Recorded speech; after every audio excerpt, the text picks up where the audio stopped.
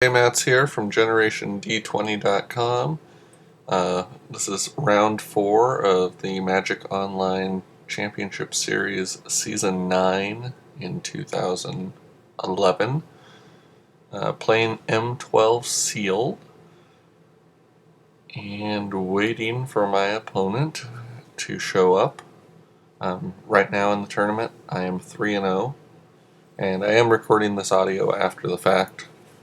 So if I, make some great forecast as to what I'm going to do, it's not really that I'm seeing the future, it's just that I'm watching the video right along with you. So opening hand is definitely keepable. The bear into Drake can apply quite a bit of pressure, and if I can get Ether 8 up to, screw up get him off tempo, that's nice too. Obviously, hand gets a lot better if I'm drawing into a mountain or a swamp.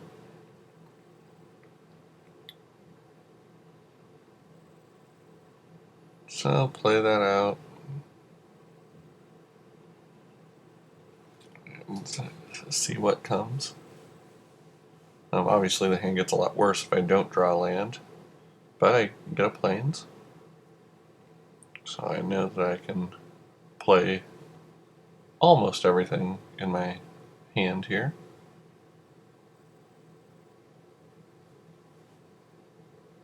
And so then reassembling skeleton is it's actually just a bastard of a card to play against, because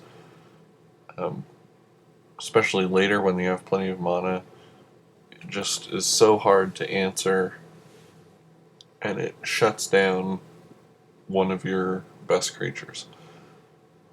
I actually sometimes consider pacifying it, but often it's paired with Devouring Swarm, and so the pacifism is just lost when you do that.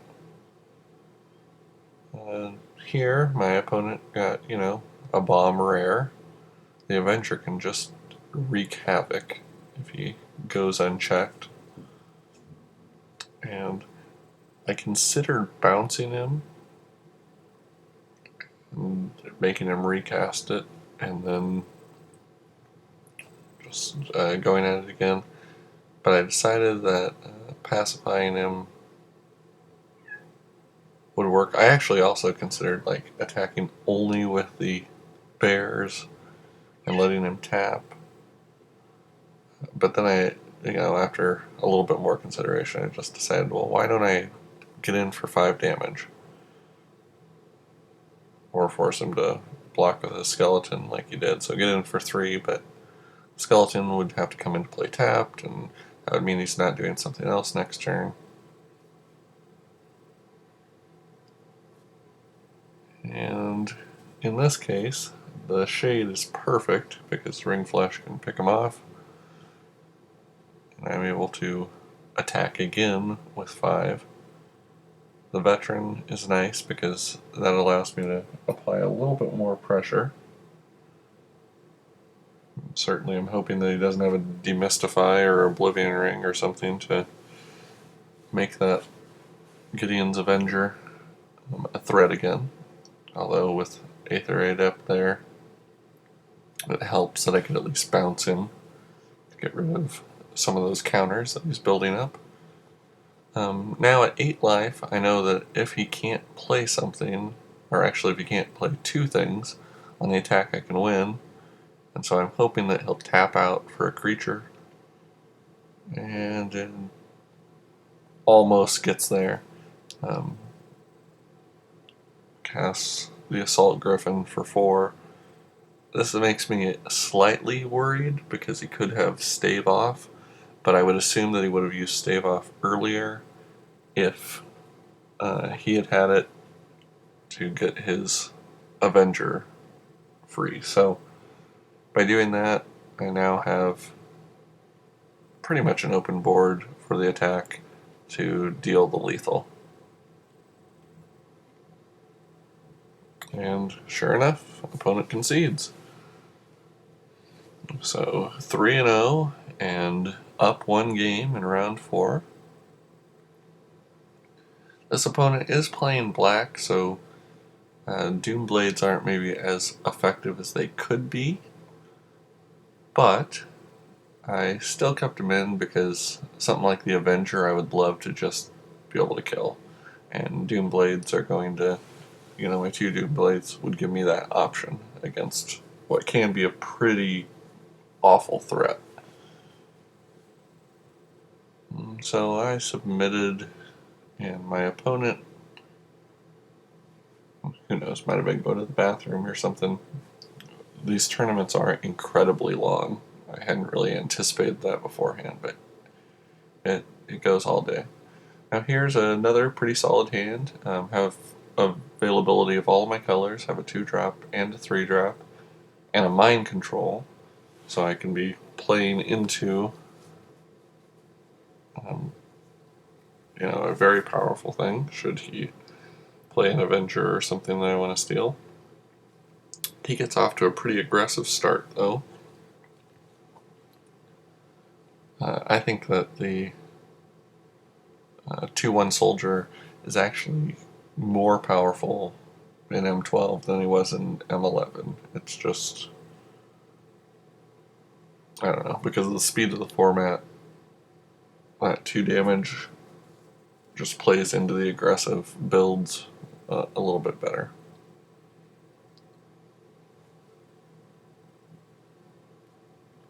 So he gets that, and he gets an Alabaster Mage, which can make a race really tough also. They're able to gain back the life that you're whittling them down, even if they only use that ability 2-3 times, and that can definitely make the difference. So what I'm hoping,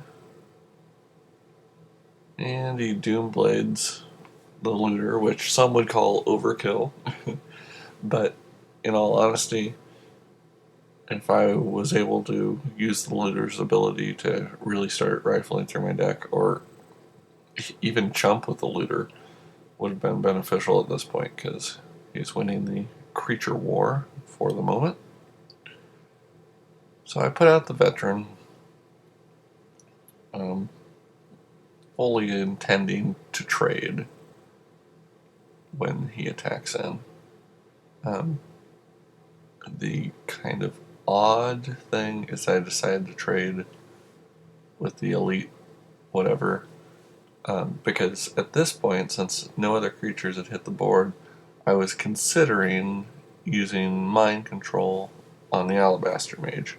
I figured if I could start getting some of my creatures out and add in that lifelink, which I am on the correct colors to be able to enable, I might be able to win back enough life to keep myself in the game a little bit longer. Without any other relevant draws, a little bit too much land coming, I just went with the Frost Breath here, although it was only going to be 4 attacking. I didn't want him to be able to enable Bloodthirst if he had something like, I don't even know, the Vampire Outcast, for example. Here I start to cast the Aether Adept, and in hindsight, I probably should have. I wanted to maximize my bounce, but ultimately by not casting him, I wasted a turn.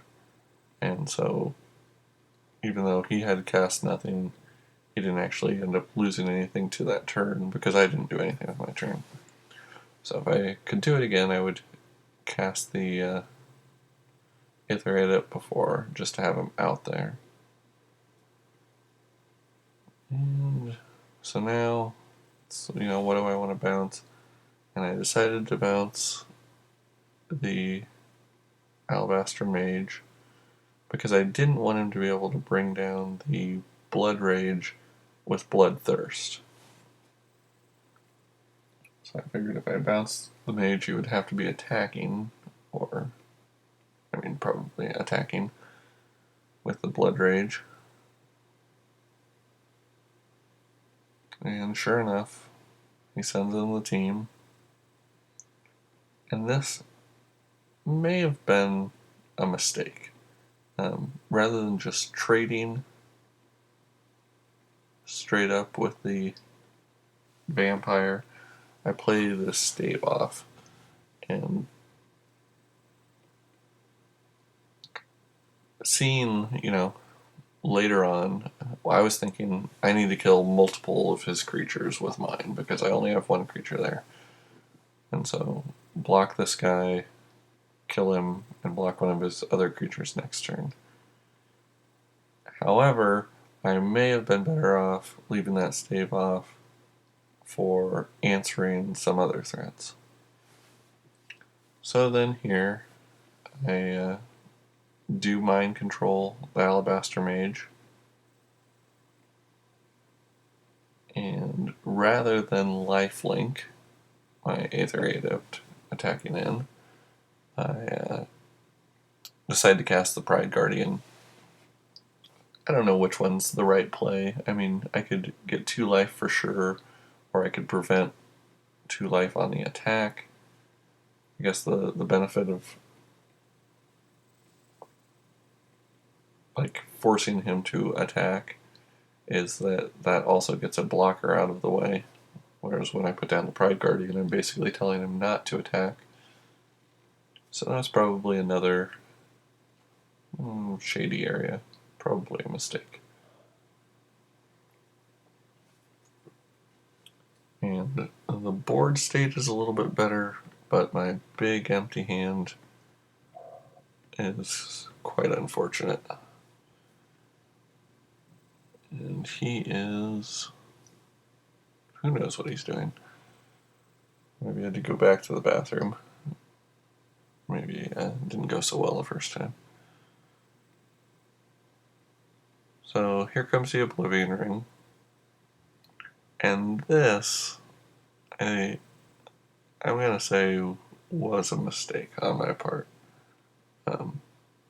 He Oblivion Rings to get back his mage, but ultimately, with the current board state, he can't attack. And I could just attack and trade, but I draw an Oblivion Ring and I think, oh, well, I want to have that Alabaster Mage. I'll exile his Oblivion Ring to bring back my mind control and regain control of the mage. And I absolutely shouldn't have done that. Keeping that Oblivion Ring available could have been an answer to whatever threat he brings. Instead, I waste it on basically capturing something that's not a threat, or at least a very minimal threat. So, casting it on the Alabaster Mage once, mistake. Using the Oblivion Ring to do it a second time, it's approaching that unforgivable area. And if I had kept the Oblivion Ring up, the other thing is, not only could I exile one of his creatures, I could have done exactly what I did right here, and used the mind control later, but I could have waited until there was a quality creature to take care of. Instead, we end up almost wiping the board, and I have no cards in hand. He has, 1 or 2 cards in hand. I have a Pride Guardian. So we've reset. And unfortunately, from the reset, he has an answer. Now, in 4 rounds of play, this is the second Grave Titan I've run against. And this is exactly what I was talking about when I said Oblivion Ring was a mistake. Because if I was using the Oblivion Ring now to gain control of the Grave Titan, I would be on my way to a victory. I am not on my way to a victory. Now it's just a countdown to the loss, because I cannot stop him. He's going to make more and more guys.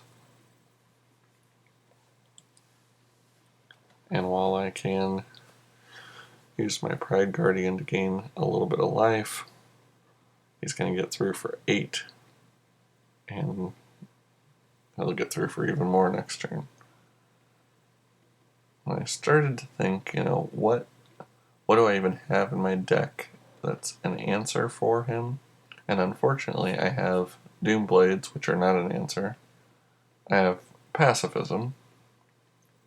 I would at least slow him. But I have Oblivion Ring, and I already had wasted that. So, poor play on my part lost me game 2 there. I don't know. I was just greedy, in all honesty. So seeing that Grave Titan made me go for the blue build, go back to Frost Breath to tap him down, Unsummon to bounce him, and it also allowed me to shift back to just a 2-color deck, so hopefully I don't get mono hosed. That's kind of what I was thinking. And apparently I also had a lot of trouble adding land. But thank God I got it on video, so that way it's twice the embarrassment. So get those land selected, submit the deck, and we will go on to game 3. And at 1 game apiece, one that I dominated, one that he dominated. He's shown me 2 pretty good rares in the Avenger, and the Grave Titan I think is honestly probably the best card in sealed. Period. M12 sealed. So I know he has threats. My opening hand actually looks pretty good, with a looter and a dragon, and sure enough, he brings out a Lawkeeper. Didn't show it in the first 2 games, so I was kind of feeling that he didn't have it. And of course, when I have a dragon and win a race for it, suddenly that Lawkeeper shows up. Once again, he Doomblades the looter. Knows the advantage, or wants to keep me away from the card advantage. And starts swinging with him as if he was, a beater. And I still have plenty of life. It's still early. It's disappointing that my dragon won't be able to come out for a while. But if I get Ring Flash, if I get an Oblivion Ring, don't have the Doomblades anymore. I guess I don't have the Ring Flash anymore. But if I get an Ice Cage, I can shut him down. If I get Oblivion Ring, that's, I guess, about it. Unfortunately, he's getting out Blood Rage Vampire, which if he goes unanswered, ends up being a pretty solid card. I mean, 4-2 for 3. If you're not blocking, we'll put you on a very short clock.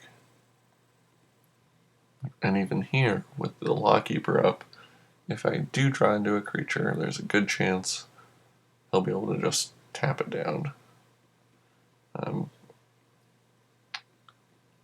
I try to stay optimistic, but, it's a dark day. Drawing the counterspell is not going to help me stabilize the board state. I really need something like a Frost Breath to buy me some turns, and I didn't get it. So he swings in for another 7. And then cast the Mage, which I can't even counter. And the Skeleton doesn't help me to counter, because he can just bring it immediately back from the graveyard. And at that point, I draw another island. So yes, I got flooded. I got had the unfortunate, Lawkeeper versus Phantasmal Dragon, and unfortunately that also meant I dropped to 3-1, my first loss for the tournament.